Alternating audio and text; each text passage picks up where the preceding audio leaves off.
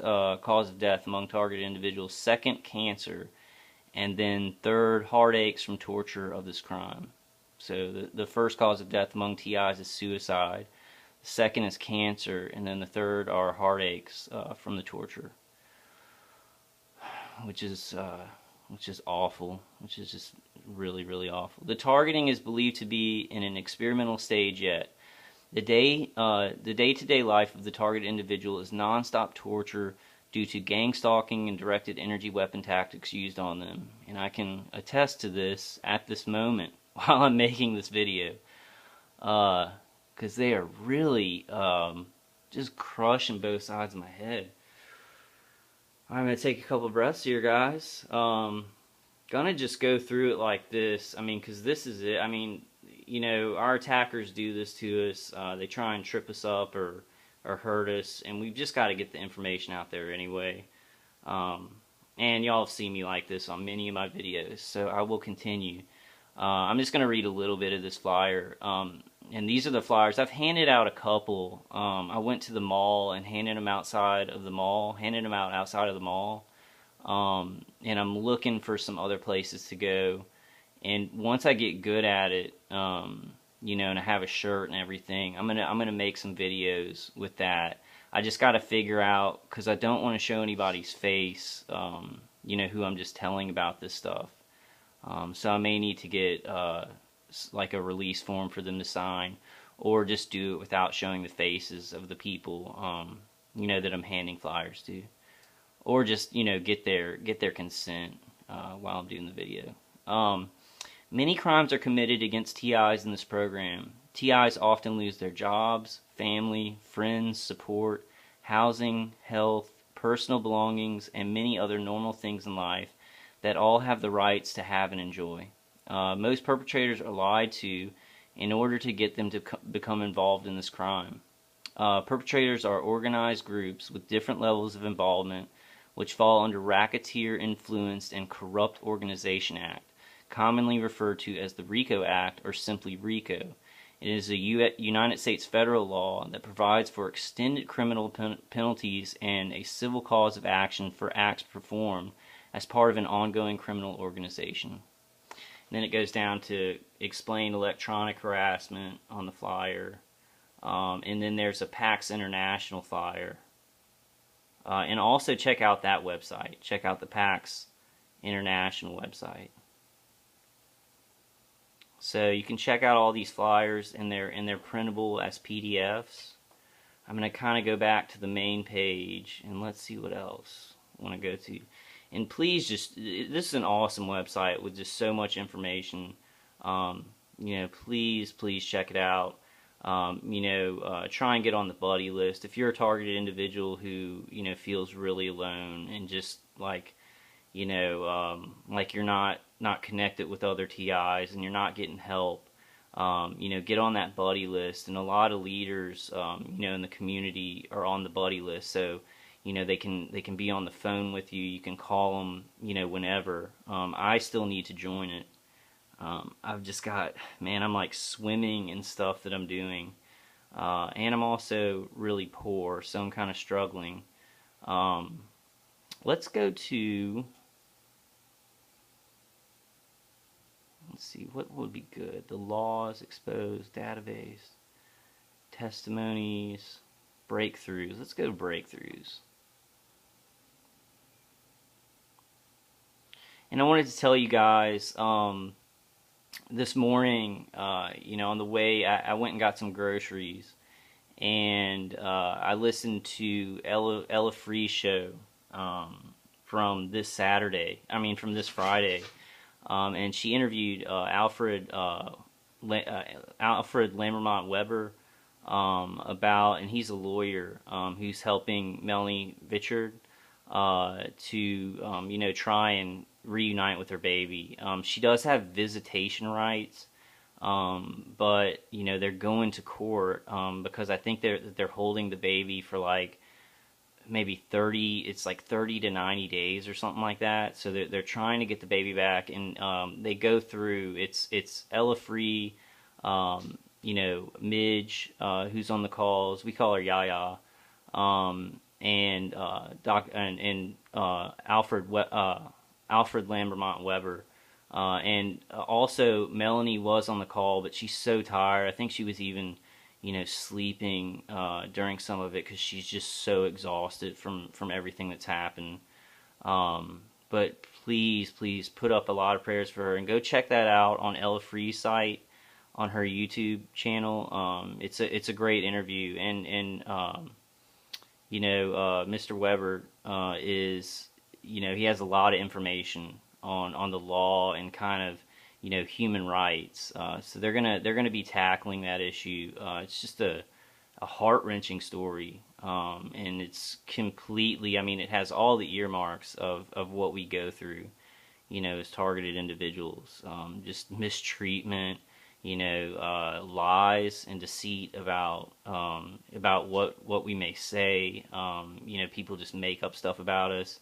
And this was like just such an important situation, for Melanie. Having, her baby, the mother needs to be with the baby. So that's actually, I see that as extremely dangerous, is separating the mother and child right at birth. It's completely insane inhumanity. But please go to that show. Go to Ella Free's latest.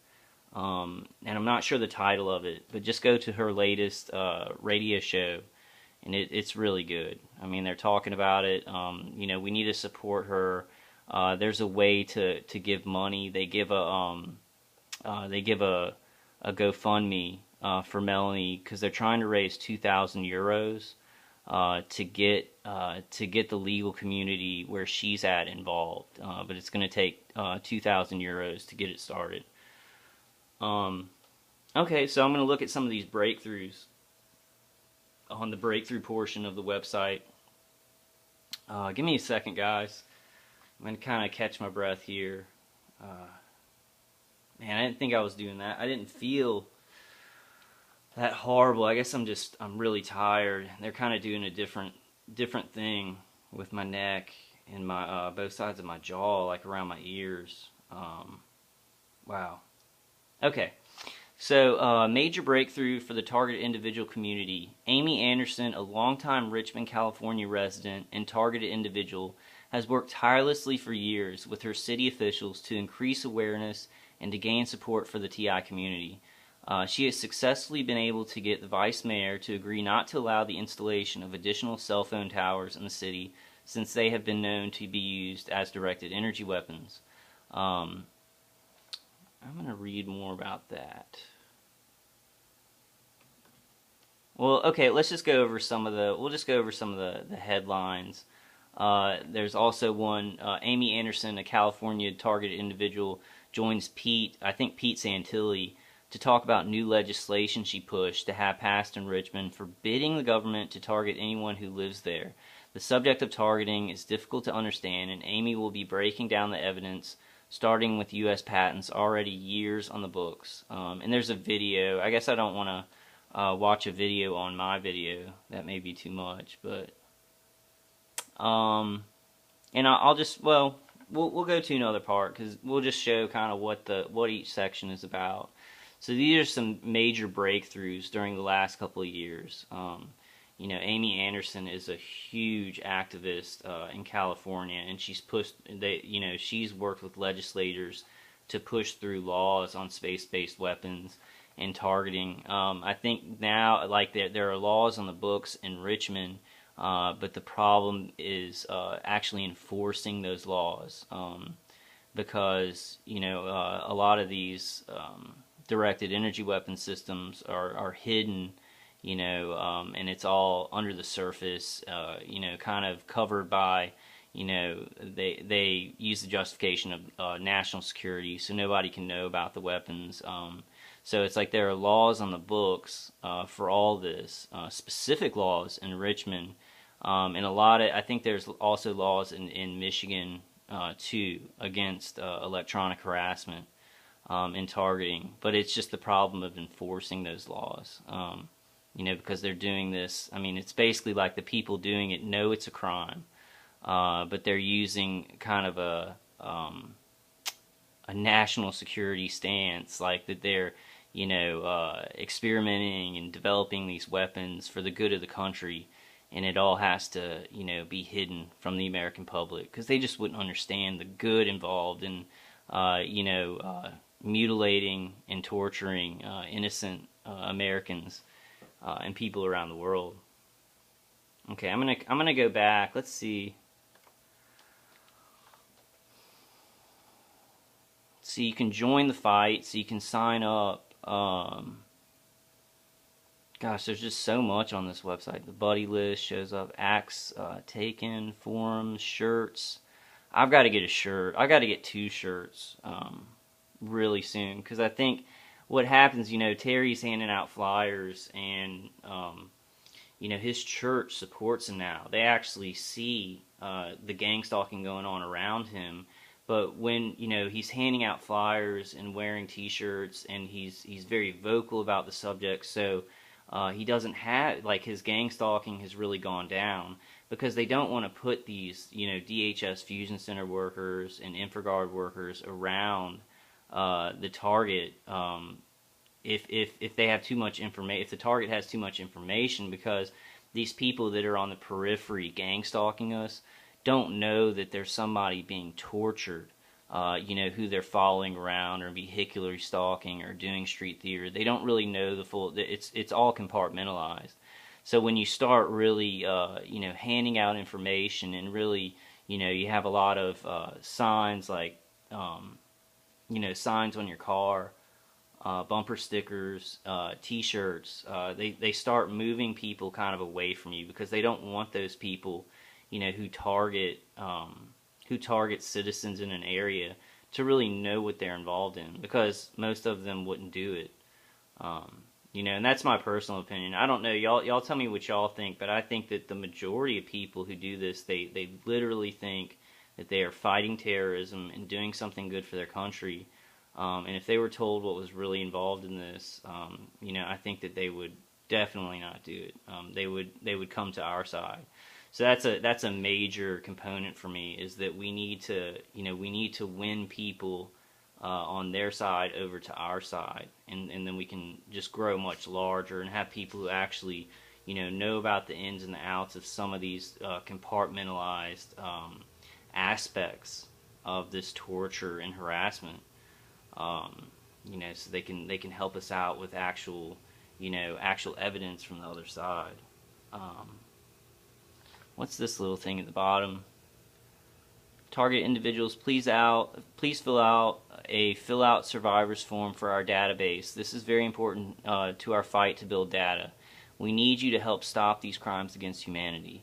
When you're pinned against the wall and you have no options except to overcome, you discover how strong you really are. And sorry, I'm kind of skipping over my words and stuff. Man, they are just doing a number on me. But that's alright. I mean, that's alright. This is an awesome website. And I need to come on here and I need to fill out that form. I did the I did the global TI survey by Bill Binney and Kirk Wiebe, and it's really good because it asks for a lot of symptoms. They do call them symptoms in the survey, but I've heard Dr. Matthew Aaron talk, and I kind of agree with him. I wouldn't call it symptoms. I would call it reactions to the weapons, or pain induced by the external directed energy weapon systems. But the survey was really good because it asked a lot of general questions and didn't really put words into anybody's mouth. It kind of just lets you say what was going on with you, and I think that's going to be good with getting a lot of clear, untarnished data about this. Let's go to some testimonies. I don't know, y'all got to come to this site and kind of check it out. I'm not doing it justice. I'm sorry, Terry. I'm really not doing it justice. I may come back. I may come back to it